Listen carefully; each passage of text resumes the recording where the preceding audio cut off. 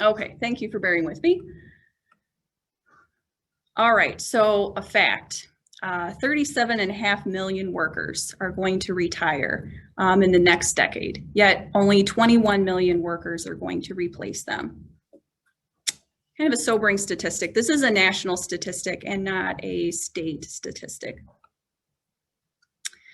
So what are we doing now to ensure that youth, these 21 million emerging workers, know about careers in advanced manufacturing, construction, healthcare, agriculture, information technology, hospitality, and more? You know, that's just a sampling of the high wage, high demand industries we have in our region.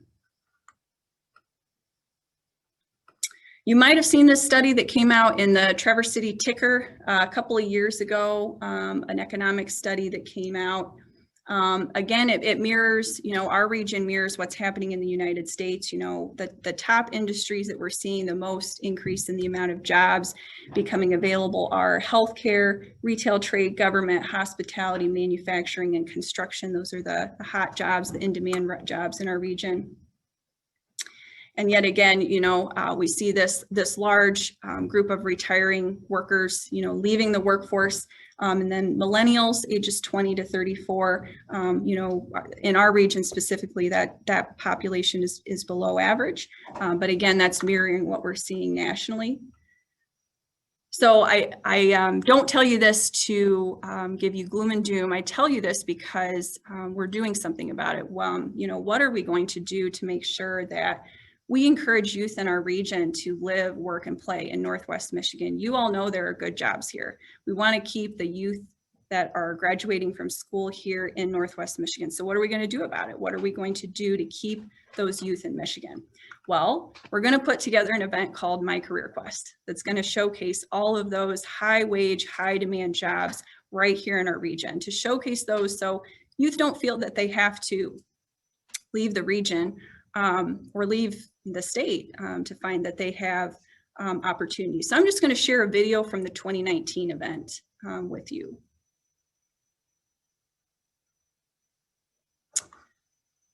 And I want to make sure this is played through my computer. So just bear with me one moment here.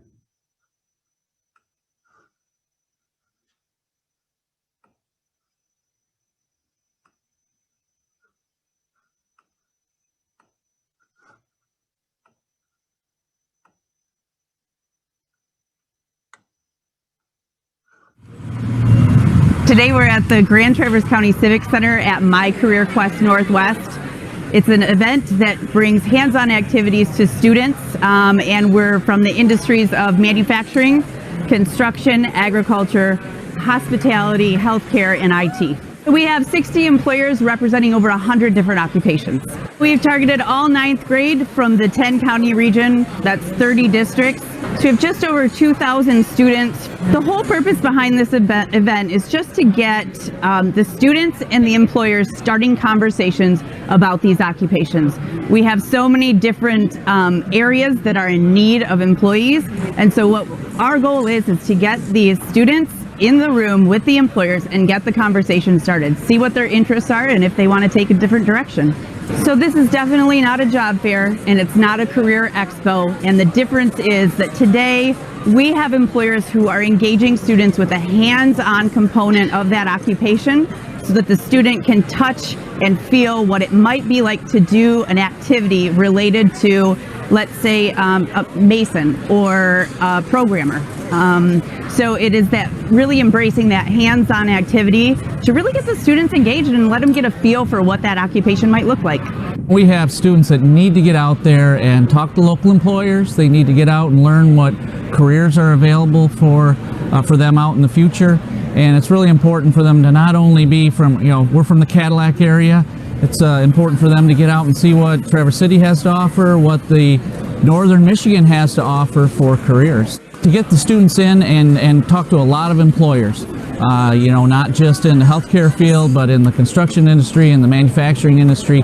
Get them out there, get them understanding what different career options are available for them, and then help them take that into their future years in high school to hopefully get them on the right career path. Well, right now there's a big shortage in skilled trades. And these events are excellent places to recruit them. We'd like to get started young, so by the time they're seniors in high school, they kind of know what they want to do by then. It's important to expose young people to opportunities in all these different fields that they may have never even known about or considered. You know, we specialize in construction, and the opportunity to let people know that there's viable careers and apprenticeship opportunities in that type of field is it's a wonderful thing, and we're happy to be doing it today. This is going to be huge in helping us spread the word and develop that talent pipeline, and also fill that skills gap, let people know the skills that they need, because we're in a labor shortage right now in our construction industry. We can't find enough people to fill the jobs that we have, including entry-level positions all the way through management, upper-level ownership positions. So, you know, developing that talent pipeline and letting young people know the opportunities that lay ahead is a wonderful opportunity. I think the most notable takeaway from today is the collaboration that has happened between employers and educators and community partners, and how everyone has just showed up today and embraced it and really made it happen. We've had sponsors from every industry sector and beyond come to the table to make this happen today.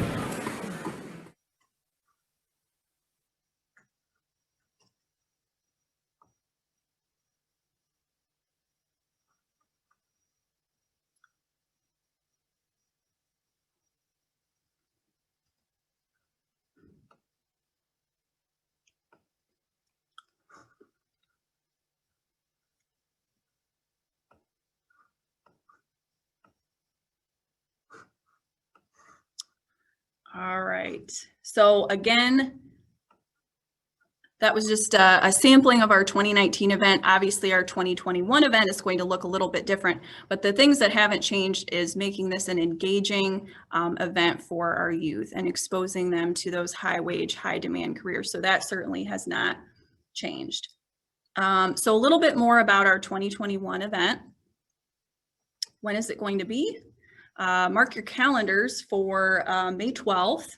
It's going to be a hybrid event with live and recorded options available, but our live event will take place on May 12th from 9:30 to 11 a.m. for our first session, and then 1 to 2:30 p.m. for our afternoon session, with a 2-hour break for a lunch. So I did mention it was hybrid. So for our schools or our students that are not able to participate the day of, we are going to record all of our event videos, so those will be available on our Networks Northwest YouTube page.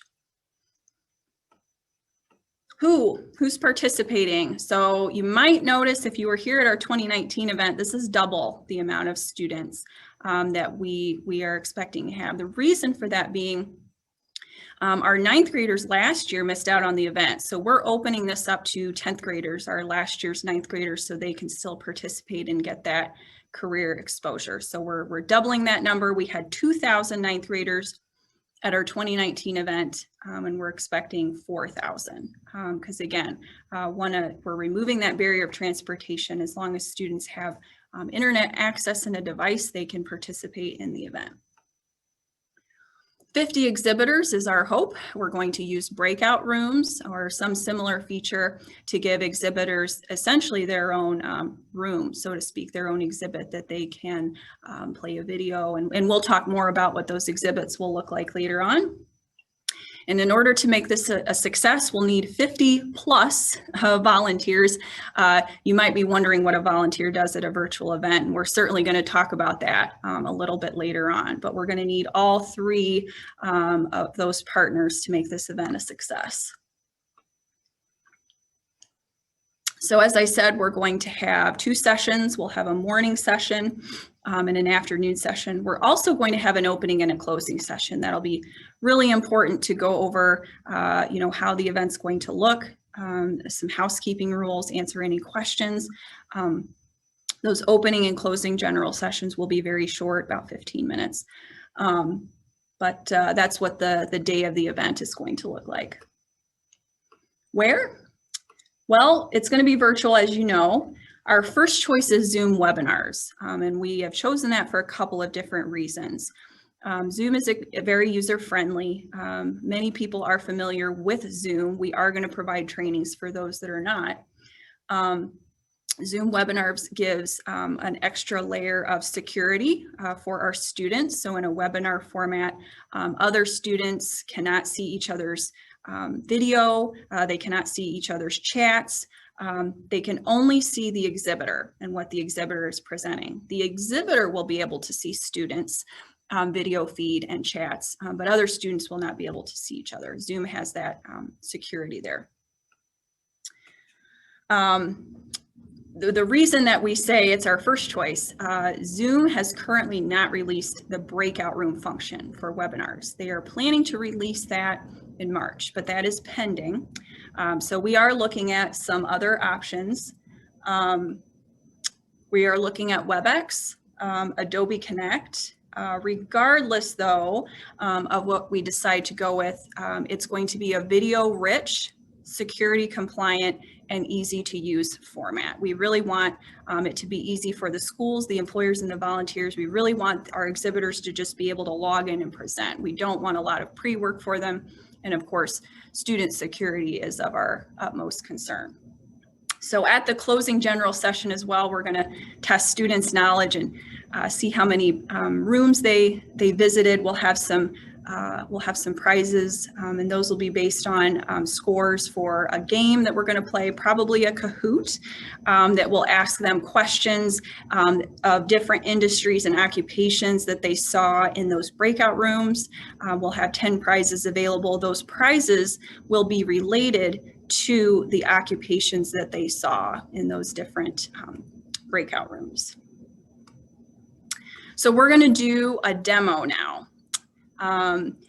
So let me just go ahead, and I'm sorry for going back and forth here with sharing my screen. I just need to enable these breakout rooms. So you're going to get a message here to join a breakout room.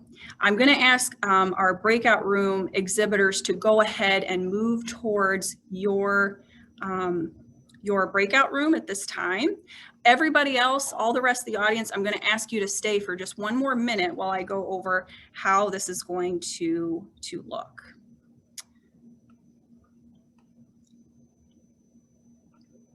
Okay, so you hopefully saw at the bottom of your screen here a breakout room tool that should have become available just in the last few seconds. So here in just a moment, you're going to click on that, and it should give you 3 options for breakout rooms. We have 3 employers that were kind enough to put together a demo exhibit for us today, so you can actually see what the event is going to look like for students in May. So we have 3 options. TriMet Industries, Elmer's, and Lanson have been kind enough to put together a demo exhibit. So here in a minute, you will be able to click on join for any of those 3 rooms. Once you're in a room, please interact with the employers there. Please ask questions. Please use those emojis. Interact as much as possible with those employers. That's going to make it much more engaging for everyone. When you're done in that particular breakout room, you just click on the breakout room button again, and you can join another breakout room. So you should be able to move independently without me moving you in between those 3 breakout rooms. When you're finished and you're ready to come back to the main room, in the bottom right-hand corner, you can click Leave Room. Make sure you click Leave Breakout Room and not Leave Meeting. Otherwise, you're going to be gone from the meeting. Don't worry, we'll let you back in if you do that. But leave Breakout Room to come back to the main room. I'm going to give everybody 12 minutes to explore those breakout rooms. I will give you a 1-minute warning. And then if you don't end up coming back to the breakout room, back to the main room before the 12 minutes is up, don't worry, it will automatically move everyone back into the main room at the end. So disperse, go forth, join a breakout room. Please be as interactive as you can, and I'll see you back here in 12 minutes.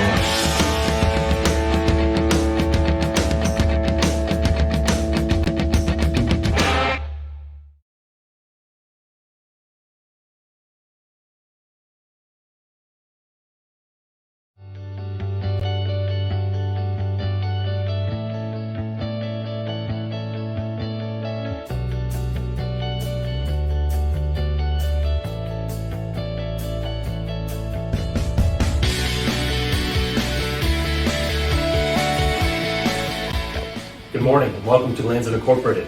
My name is Casey McKinney and I am a program manager. We are a defense fabricator who specializes in metal fabrications for wheeled and tracked vehicles. We have 3 locations. Currently you're in the Harbor Springs facility. We have a facility in Mansalona and our headquarters in Romeo. We have 32 employees here between 2 shifts, and we, most of whom are CNC machinists.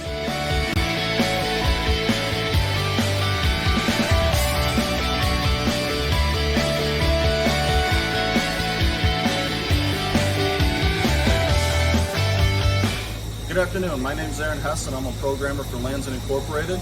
Today I'm going to take you on a short tour of our facility and show you the machines that we use. So if you'd like to join us, I'd appreciate it, thanks.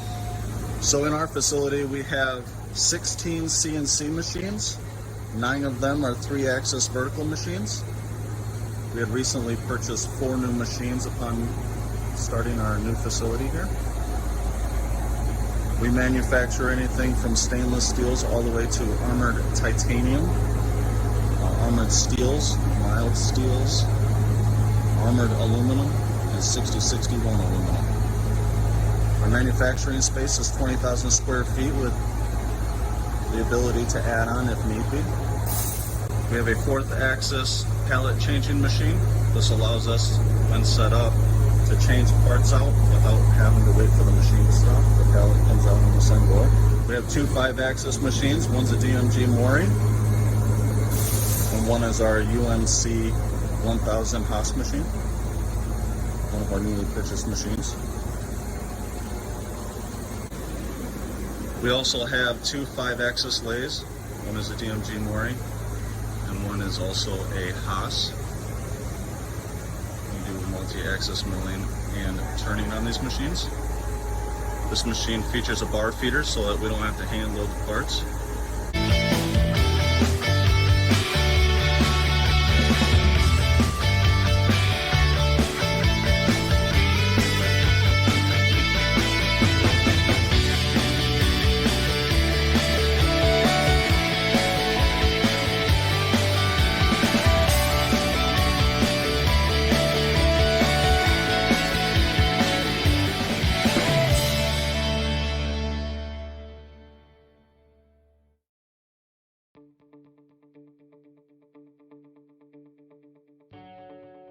Dan Mello here from TriMet Industries.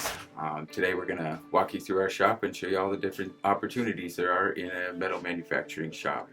We're a little different than a lot of places because we're a job shop. We'll do just about anything that walks in the door. If you need your lawnmower fixed, we'll weld your lawnmower up. If you need some custom railing built for your home, we'll do that. We work for the medical industry, the automotive industry, architectural, heavy construction. There's always something new and interesting to do around here. We're going to walk you through our laser department, our fab shop, our welding shop, our powder coating shop, and that's kind of just the tip of the iceberg of what we do around here. So I hope you enjoy your tour, and we'll see you at the end.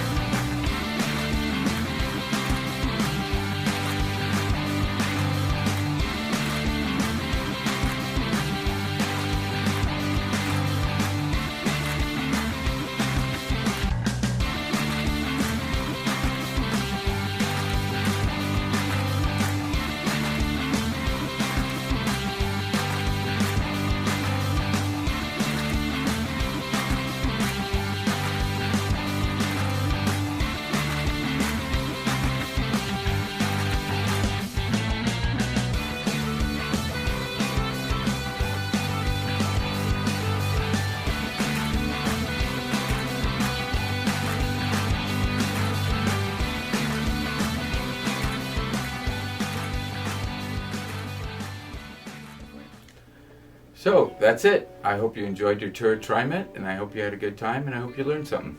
Good luck.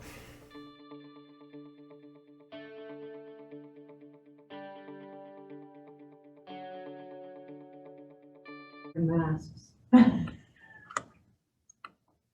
Okay, I believe that we are all back now. So hopefully you saw that 1 minute, banner going across. That's what students will see. They will get a, 1 minute warning before they come back to the closing general session. So that's just a taste of what the day is going to look like. We with those tech, we understand about those technical difficulties, and we're going to make sure that we provide ample opportunities for training so that the day of the event is seamless. So thank you for bearing with us as we try this for the first time. So I'm going to go back to sharing my screen here, and we're just going to talk about a few more details regarding the three components: our exhibitors, our volunteers, and our schools. So I'm going to turn it over to Marty Scarborough. She is a business service rep here at Northwest Michigan Works. She is our exhibitor coordinator. So she's going to talk a little bit more about some details for our exhibitors for the event. Hi everyone, I'm Marty. And like Susan said, I am helping all of you with your exhibits, whether they're live or recorded or however you want to do that. So some ideas, we saw some of them today, but if you do have any questions or you're not quite sure how to make it work, let me know, send me an email, give me a call, and I'll make sure that, that I do help you guys out. One idea possibly could be, like if you're in the healthcare field, you could have a fake patient. So someone that's on staff, and you can have someone else like, putting in the IV or, taking the blood pressure, something like that. And you could, get real creative because that's how you engage the students. So anything like that, anything that I can help you with, just let me know. Go ahead, Susan. So there are going to be a few live trainings that will be available for you guys. We have those next month scheduled, and if you haven't gotten an invitation yet, you will be getting one shortly. So that way we can help you guys with any kind of technical difficulties that you might have. We'll make sure that we help you with that. Go ahead, Susan. So then there are going to be some sponsorship opportunities for you guys. And if you want to sponsor, you're more than welcome to go ahead and do that. We are planning or would like to somehow have some signs available for you guys if that's something that you would like to do as a way to say that you're sponsoring the event. So if that is an option for you, or you do want to participate in that way and become a sponsor, please let us know. And we will, again, we'll help you guys out and get you all that information that you need. So everyone will receive a t-shirt and some lunch certificates. You'll receive a $10 gift card to get lunch, either Jimmy John's or Subway, I believe. The details are still being ironed out, but you will, for everyone that is participating the day of the event, you guys will get lunch certificates. We were able to supply lunch for all of the employers in 2019, and so we want to do that again, but it's just going to look a little different. So that's how we're going to do that. And again, there's those yard signs that you will also receive. Go ahead, Susan. You can go on more, Susan. Yeah, thanks, Marty, for that. Now I'm going to turn it over to Kelly Miller. She's from Shar-M ISD. She is our school coordinator, and she's just going to talk a little bit more about some of the details for our schools. Kelly, if you want to go ahead and come off mute.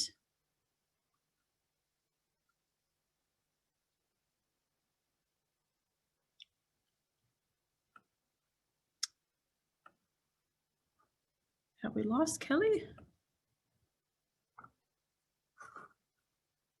Okay, I will go ahead. Oh, Oh. it wasn't allowing me to unmute, Oh. actually. Okay, Yeah, but I'm good now. great.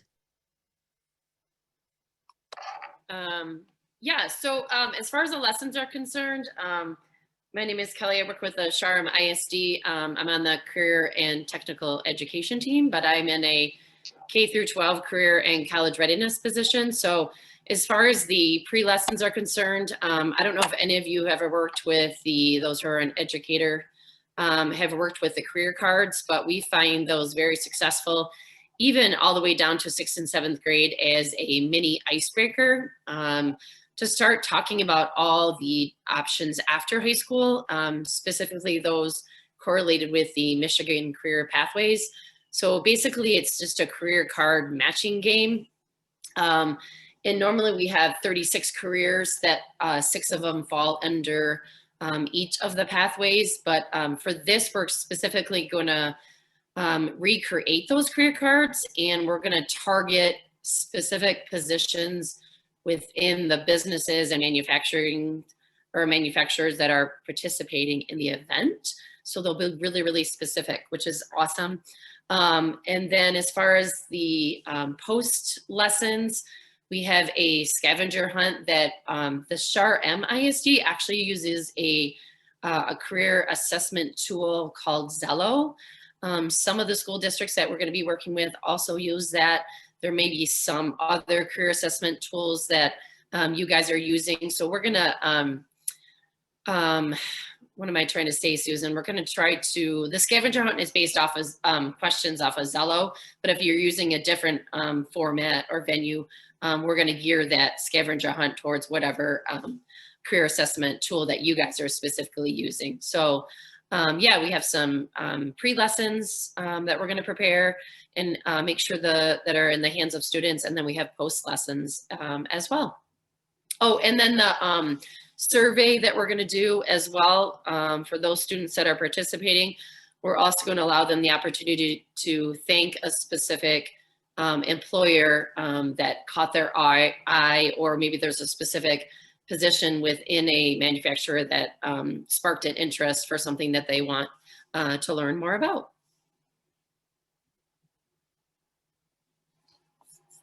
Any questions? Kelly, do you want to talk about the recorded trainings that'll be available? Oh, yeah. And I don't know if Tori Thrush is on the line as well, but we were just going to pre-record some information.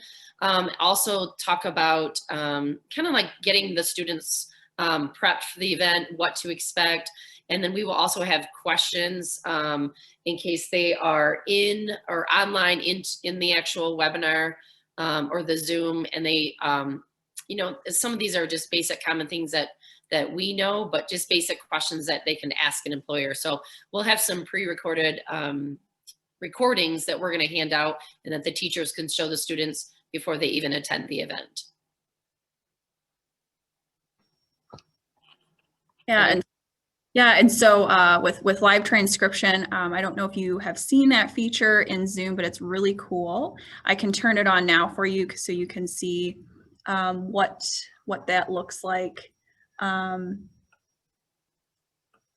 So you should see here in a minute some subtitles coming across your screen, and you'll see it even autocorrects. So if it, you know, you wish your phones did that, but Zoom does that. It'll autocorrect for, you know, the correct wording.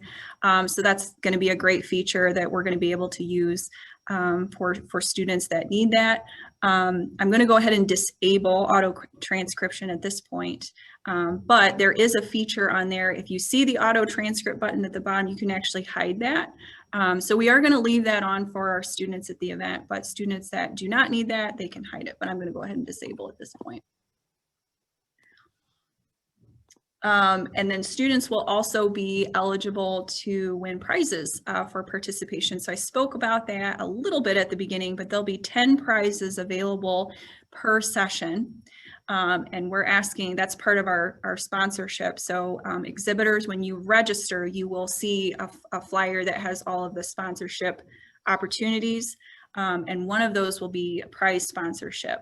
So we're really looking for prizes to be industry and occupation focus for those students. So those students that do participate in that Kahoot trivia game at the end, again, the idea is the more they participate in the event, the more they learned, the higher the likelihood is that they're going to get a prize because of their participation. And now I'm going to introduce Drea Weiner. She is the director of the Northwestern Lower MySTEM Network. She's our volunteer coordinator for this event. So she's going to talk to us a little bit more about volunteer details. Yeah, thank you for the intro, Susan. Yeah, so many of you may be wondering, why do we need volunteers for a virtual event? And a good chunk of that is just to make sure everything runs smoothly. So like today, you would have seen every breakout room had someone in there helping the exhibitor run their session. So making sure that the technology is working right, making sure that the chat's going appropriately, filling in questions along the way in case people weren't asking questions. It's just to make sure that in case anyone gets stuck or in case any logistics happen, that you are there to help the exhibitor out. And so that's what we're calling the Q&A moderator.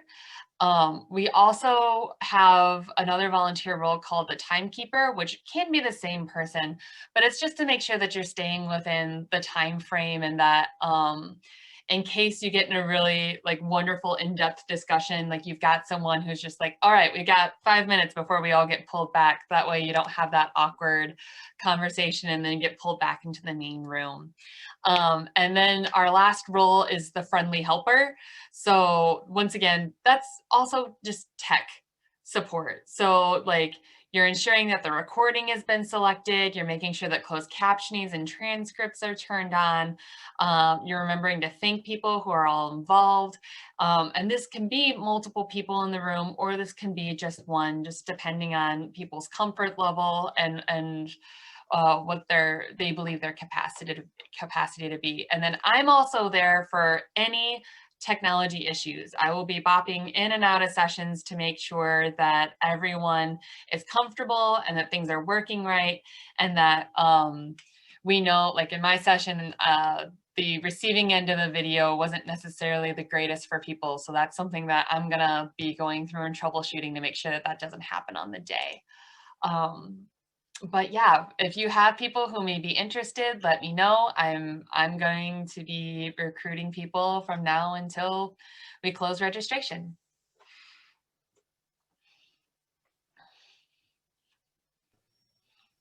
You want to talk about the live trainings and what they'll receive? Oh yeah. So we are doing live training. So I'm not just gonna have you guys sign up and then set you all loose.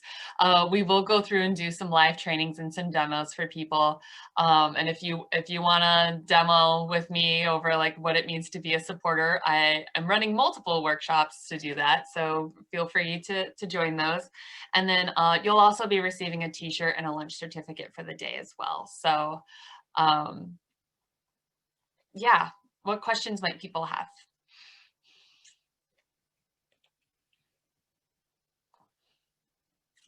No questions. You're going to sign up all your family members for the day. All right, great. Thanks, Marty, Drea, and Kelly. And there is time. I am going to leave time for questions at the end. So if you think of something as we're going along, feel free to type it in the chat or request to come off mute, and we will listen to your question. So the save the date, some of you have received this already, but I'm going to go ahead and ask Anna now to go ahead and put the link to the save the date in the chat so you can have access to that. It is also on our website, which we are also going to drop the link to our MiCareerQuest webpage in the chat as well. So you have that. So we invite you to share that save the date with your network, anyone that may, fits that school, volunteer, or exhibitor role. And then Drea, if you want to talk a little bit about social media for us and the importance of that. Yeah, so Everyone really loved our event in 2019, and I know I spent a good chunk of the day either letting people in or making sure people weren't going in when we were doing transitions, or then in between that time though, I was going around taking pictures and making sure that we were posting this to social media. This is how we recruit future exhibitors. This is how we make sure those who can't escape from their normal day to see what the event's going on. This is how we can show the state what a wonderful event we have. And so if you're going to be posting, we highly recommend it, but use a proactive and positive tone. See what's happening here. You'll see, yep, here's one of our pictures of Dan, who's just ecstatic. And like he's just super excited, and that's really what you want to come through at the other end of Twitter and Facebook. Always include a visual if possible. It's more powerful to see the kids' faces and see how excited they are. I would always ask for permission. So in this world, it's a little different because you can just take a screenshot, and sometimes screenshots aren't always as kind as we would like them to be. So whether you're in person or virtual, just let people know you're taking a screenshot, and you can even strike the silly pose or strike a fun pose if that's what you want to do. And then include the hashtags of MICQ and MICQ Northwest. The MICQ one shares that throughout the state, and the MICQ Northwest one, that one shows our specific event. So we'll be able to track down pictures for future promotional events and see the various exhibitors specifically to our event with that hashtag. I would say post often. If you've got multiple kids coming through, each kid says something different and has a different experience. And there were a couple of vendors that I went through, and like every kid said something wonderful, but it was just like slightly different to the point where I was like, oh, that was a good takeaway. Here's another takeaway, and there's another takeaway. And we had kids talking all the way back from the school bus, an hour or so on the bus back. And the only reason I know about that is because of a social media post I saw. And then part of this is also the hive mind kind of mentality of the greater presence we have on social media, the more we can show how awesome this event actually is, and how we can help promote it. So I'm pretty active on Twitter. I'm pretty active on social media as well. So if you ever are just like, you know what, I'm not entirely sure I'm doing this right, you can always come look at my profile, whether it's the MySTEM one or my personal one, and you'll see what's what a good example of that would be. So thank you. Oh, someone did ask any concern with student privacy and social media posts. So that's why you're asking for permission, first and foremost, to take pictures. Typically in an event like this, there is an expectation that you're in a public space. I will double check to make sure that the virtual space, that translate into the virtual space, but typically as long as we're adhering to like making sure that everyone's okay with the picture being taken, and I'll connect with the counselors to make sure that if there's any kids who can't have their pictures taken, that we'll know. But overall, like you should be able to take a screenshot so long as you're asking for consent.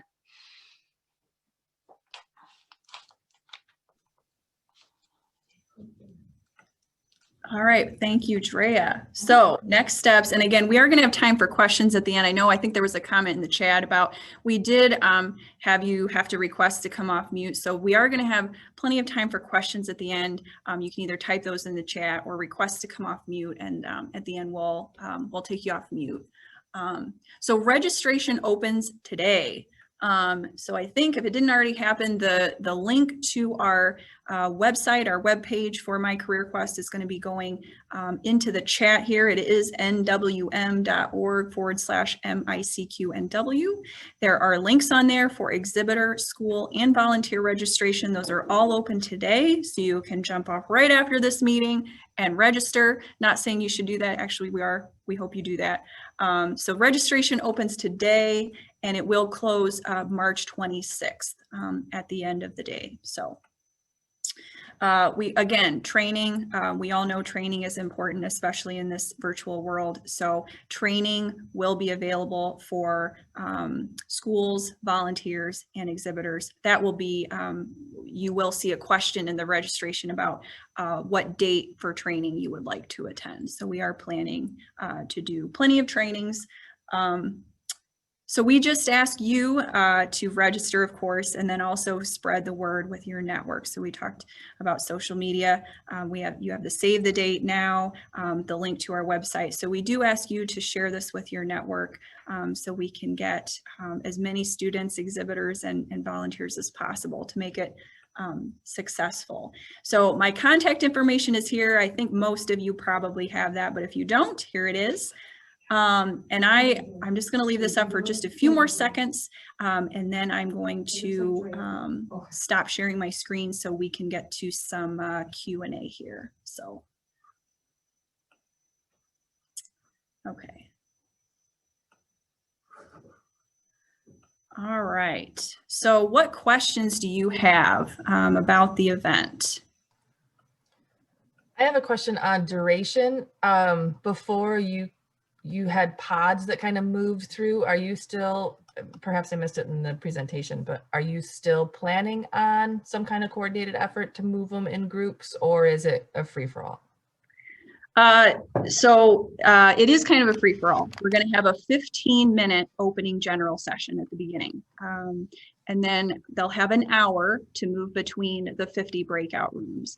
So we are not going to do pods this year, groups. We are going to allow the students to move within the breakout rooms as of what's of interest to them.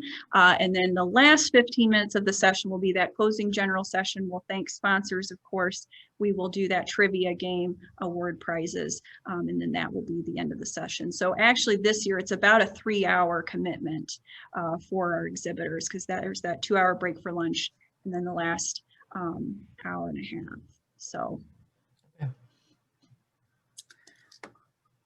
Someone did ask I think Kendra, you asked in the chat about how to share registration. I put the registration link for everyone in the chat, and that's where you reach all registrations, whether it's volunteer, exhibitor, or school. Okay, and I see Hannah here. Hannah, are you able to unmute? There you go. Okay. Yep, thank you. So Drea, I clicked on the link to register and I just looked at all of them, and the links take you to the back end of the form, not the end of the form that you fill out. So just worried because it seems like people can edit them that way. So I just wanted to let you guys know that it's that back end, not the end that you complete. Thank you for letting us know, Hannah. I certainly apologize for that. I will get that fixed right after the meeting. So that should be fixed here in about 10 or 15 minutes. No problem. Just thought I'd give a heads up since I just looked. I appreciate that. I apologize for that. I'll throw the good links into the chat now for us though. Thanks. Thanks, Drea.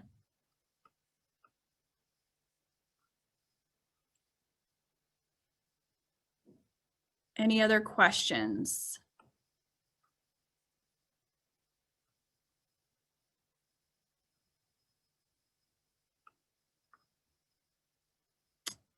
I see where 2 screens would be really helpful. Mm-hmm. Have the chat on its own screen. Nothing. Yeah. Nothing else? I do have one more question on process.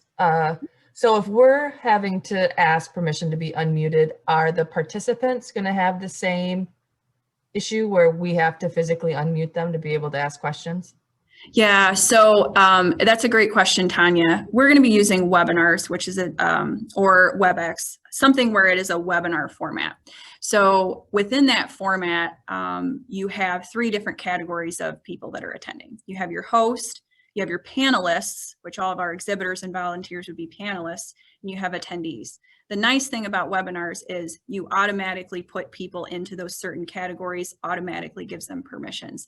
So meetings, as you know, when you start getting large meetings, it's not necessarily the most ideal format because you're doing a lot of different things at once.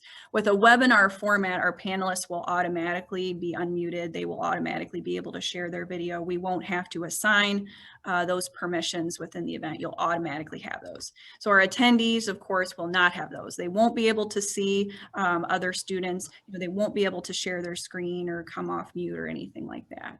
Okay, so if they have questions, they need to do it in the chat box? Yep, there'll be a Q&A Okay. box, which is a little bit different than a chat box. Q&A box does not show student names, and it also gives students the ability to upvote questions. So they can upvote questions that they would like to ask. So it moves those to the top so you can see those questions that are most pressing. All right, great. Thank you for the clarification. Mm-hmm. We would have liked to have shown you webinars today, but as I said, we are currently waiting for that breakout room feature to become available. So.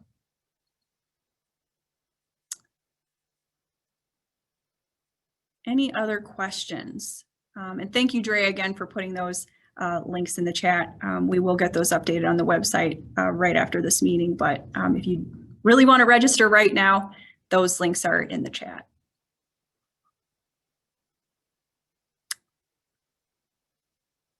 All right. Well, a meeting ending early is always a good thing, right? So thanks for sticking with us today. We really appreciate all of your input, your comments, your questions. We're really looking forward to a virtual event in 2021.